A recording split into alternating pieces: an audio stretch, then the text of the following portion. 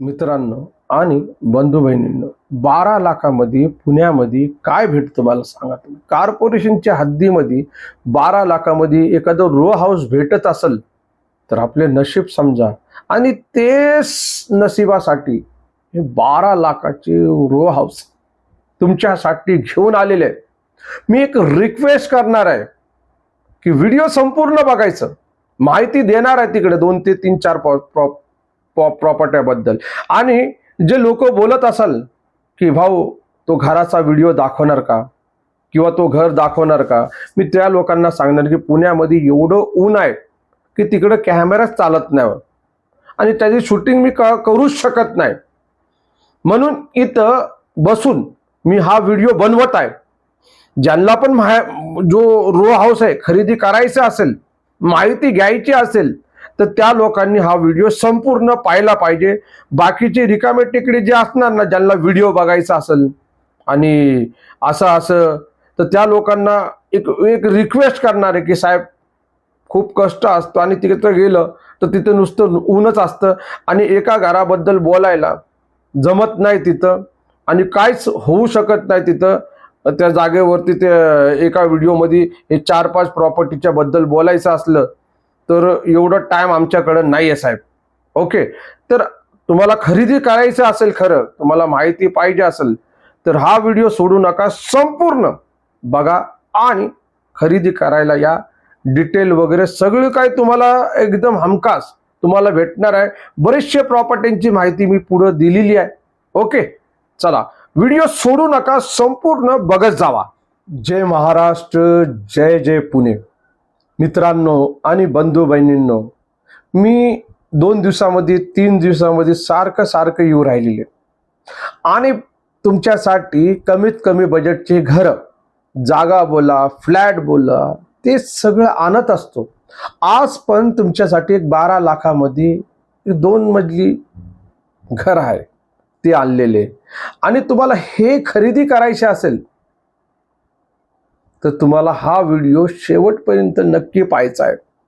कारण की बरेचसे असे लोक आहे जे लगेच कमेंट करायला बसलेले आहेत. त्यांना असं वाटतं की आम्ही लय भारी आणि समोरचा माणूस मूर्ख. आणि काय काय असे लोक आहे ते म्हणतात की भाऊ एक छोटासा व्हिडिओ बनवत जावा. अहो हाय, खरं मान्य करतो ही जाहिरातच आहे, पण साहेब इथं बोललं पण पाहिजे ना. नुसतं तोंड घेऊन असं बसलं तर तुम्हाला काहीतरी कळायला पाहिजे ना, हे रो हाऊस आहे का काय आहे. तर त्यामुळं इथं येऊन आहे ना मला सांगायला लागतं. आणि आज बाहेर ऊन एवढं आहे, एवढा त्रास आहे की हा मोबाईल बंद पडून जातो राव. ते बाहेरचं शूटिंग फिटिंग काय होतच नाही. खूप एवढा त्रास आहे. म्हणून असं वाटतं की कुठंतरी शांतीमध्ये बसून एकदम तुमच्या बरोबर बोलावं, चर्चा करावं आणि तुम्हाला प्रॉपर्टी बद्दल माहिती द्यावी. तर काय हे काय चुकीचं आहे का, तुम्ही बोला ना. आज जवळजवळ माझ्याकडे इथं भरपूर प्रॉपर्टी आलेले. आता किती प्रॉपर्ट्यांची माहिती निघू शकते ते आपण बघू. आता तुम्हाला हे 12 लाखामध्ये पाहिजे ना, तर हे पण आहे. थोडस तुम्ही थांबा जरा, मी सांगतो. मी तुम्हाला पहिला जे आपल्याकडे 3 गुंठे जे आहे ना, 3 गुंठ्याचे प्लॉट कुठं, धानोरी खेसे पार्क या स्थानामध्ये, धानोरी खेसे पार्क मध्ये 3 गुंठे डायरेक्टली विकायचे. आणि 1.5 करोडचा बजेट बोललेल्या, प्रत्येकी 50 लाखाचा प्लॉट आहे. कुठले आपण बँकेचे लोन होणार आहे. तुम्हाला हे प्लॉट खरेदी करायला यायचं असेल तर या. आणि जो काय मार्केट प्राइस असणार आहे त्या हिशोबामध्ये आपण निगोशिएबल करून तुम्हाला देऊ तिथं.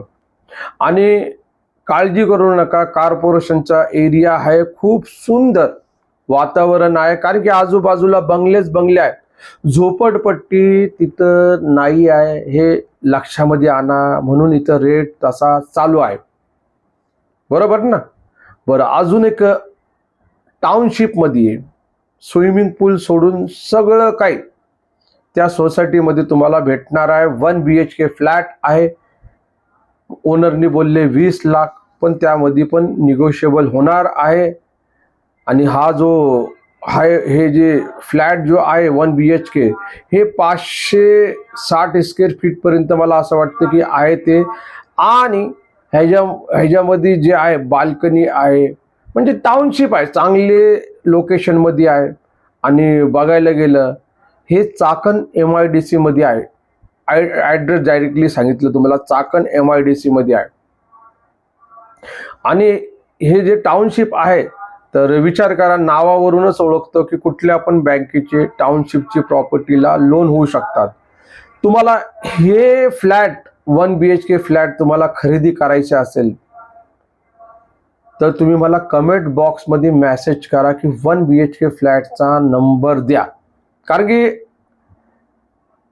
ते जे प्लॉटचे जे मी बोलले स्टार्टिंगला तुम्हाला, ते वेगळा माणूस आहे त्याला प्लॉटला दिलेले, आणि हे चाकणचे जे आहे त्याला वेगळा माणूस आहे. तर तुम्ही चाकणचं नाव घेतला 1 BHK टाउनशिप फ्लॅट तर तुम्हाला तसा नंबर भेटेल. कारण की काय होतं, लोक एक नंबर आलं तर तिकडं सगळ्या प्रॉपर्ट्याबद्दल विचारत बसतात. आता म्हणून स्टार्टिंगला बोललं की तुम्ही संपूर्ण व्हिडिओ बघा. आता जे 3 गुंठे तुम्हाला खेसे पार्कचे पाहिजे तर तुम्ही खेसे पार्क आणि 3 गुंठे प्लॉट असा मेसेज करा, तर तुम्हाला त्याच व्यक्तीचा नंबर दिला जाईल, तो जो व्यक्ती जुमेदार आहे या प्लॉटचा. तर तिथं बरं अजून एक सांगतो मी तुम्हाला की डायरेक्टली तुम्हाला एक खूप सुंदर घर आलेले रो हाऊस सारखे पुणे एअरपोर्ट रोड नागपूर चाळला विकायला. आणि तिकडचा जो खालचा जो रेंट येतो ना, जवळजवळ 20,000 धरून चाला. दुकान सारखा, ऑफिस सारखा आहे. आणि वरचं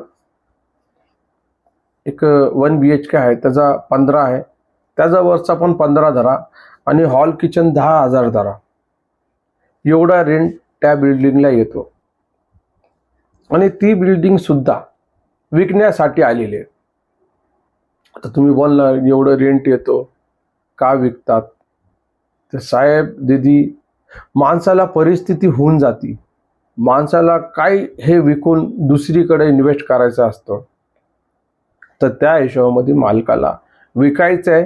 आणि चालू लक्ष्मी आहे, चालू पैसा आहे, एवढा रेंट आरामशीर येतो. कारण की बघा ते एअरपोर्ट रोड येरवडा नागपूर चाळ, तुम्हाला माहिती आहे खूप सारे IT पार्क आहे, विमाननगर, कल्याणनगर, कोरेगाव पार्क, बाजूबाजूला सगळं एरिया एकदम मस्त व्यवस्थित. एअरपोर्ट 2 ते 3 किलोमीटर अंतरावर, एवढं जवळ आहे.